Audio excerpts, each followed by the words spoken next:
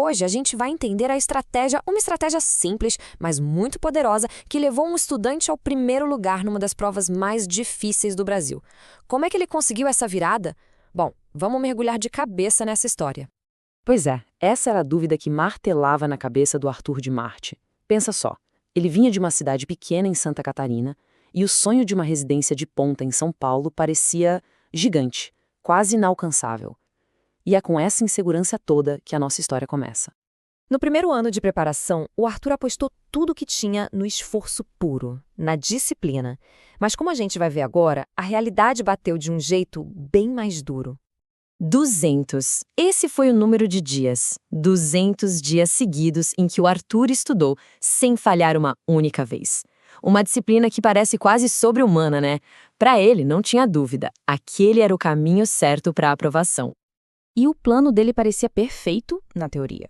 1h30 de estudo focado, 6 dias por semana, e um simulado por mês para ir medindo o progresso. Um método que parecia sustentável e que ele executou à risca. Sinceramente, o que poderia dar errado? E aqui vem o choque. Depois de todo aquele esforço, o resultado na prova da USP, que era a que ele mais queria, foi de apenas 63%. Para quem estava acostumado a tirar notas bem maiores nos simulados, foi como se o mundo tivesse desabado. Com essa frase curta e direta, o Arthur resumiu tudo. Não foi só um resultado ruim. Foi um fracasso que fez ele questionar absolutamente tudo. A capacidade dele, o tamanho do sonho, a confiança que ele tinha foi para o chão. Mas, em vez de desistir, o Arthur transformou a decepção em investigação. Ele foi atrás de quem tinha sido aprovado nos primeiros lugares para entender, sabe, o que eles faziam de diferente, o que tinha faltado na preparação dele. Essa foi a pergunta que guiou a busca dele. Ele conversou com um monte de gente, analisou métodos diferentes e uma resposta começou a surgir, de forma muito consistente. O que será que unia toda essa galera? A resposta era surpreendentemente simples, um foco absurdo em resolver provas antigas. A questão não era estudar mais horas ou decorar mais matérias. O segredo era praticar com o material real da prova, de novo e de novo e de novo. E essa citação dele ilustra perfeitamente a virada de chave. O objetivo não era mais só responder perguntas. Era entender a lógica da banca, os padrões que se repetiam. Era quase como sentir o que o examinador queria. E olha, para quem quer se preparar de verdade, a melhor forma de fazer isso é com um bom banco de questões. Se você é estudante, entra agora em medcube.com.br, baixa o app e aproveita o maior banco de questões do Brasil, com provas anteriores de todas as instituições, questões comentadas, resumos práticos, aulas completas e flashcards prontos para revisar onde quiser. Com essa descoberta em mãos, o Arthur redesenhou completamente a estratégia para o segundo ano. Chega de esforço bruto. Era a hora de um plano mais inteligente, mais direcionado. Vamos comparar os dois planos para a gente entender bem. O primeiro ano era sobre tentar cobrir o máximo de conteúdo possível. Já o segundo era totalmente focado em reconhecer padrões.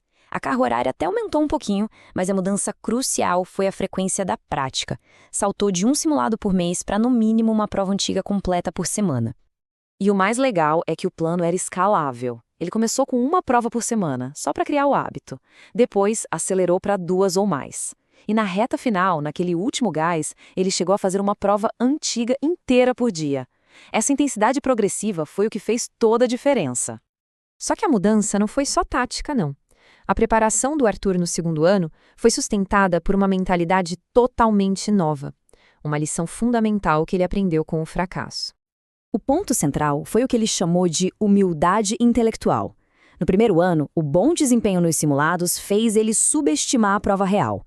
O fracasso o ensinou a respeitar o desafio e, principalmente, a estar aberto para mudar o que não funcionava, mesmo que isso significasse admitir que todo o esforço inicial tinha sido mal direcionado. E essas foram as outras lições. Ele percebeu que precisava de equilíbrio, de manter atividades que faziam bem para ele, entendeu que a eficiência era muito mais importante que o volume de estudo e, o que é crucial, ele parou de fazer o que todo mundo fazia e seguiu o próprio plano, motivado por um propósito muito claro.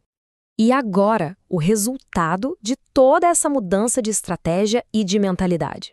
O que aconteceu quando o Arthur aplicou esse novo plano, mais simples e muito mais focado? Bom, Os resultados falam por si. Primeiro lugar em neurologia na USP-SP, segundo no Sírio-Libanês e aprovações no Einstein e na Unifesp. Uma reviravolta simplesmente espetacular que transformou o resultado de 63% em aprovações nas instituições mais concorridas do país.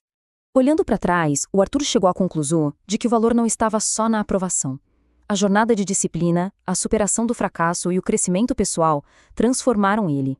O processo em si o tornou uma pessoa melhor, mais preparada para os desafios da vida. E a gente termina com essa reflexão.